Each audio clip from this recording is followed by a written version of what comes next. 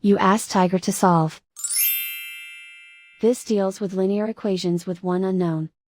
The final result is x equals 65 over 2. Let's solve it step by step.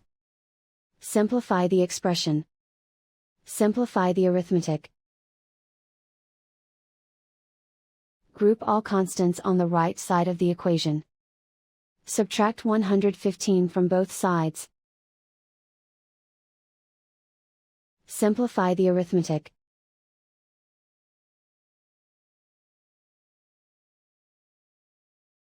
Isolate the x. Divide both sides by 2. Simplify the fraction. And so the final result is x equals 65 over 2.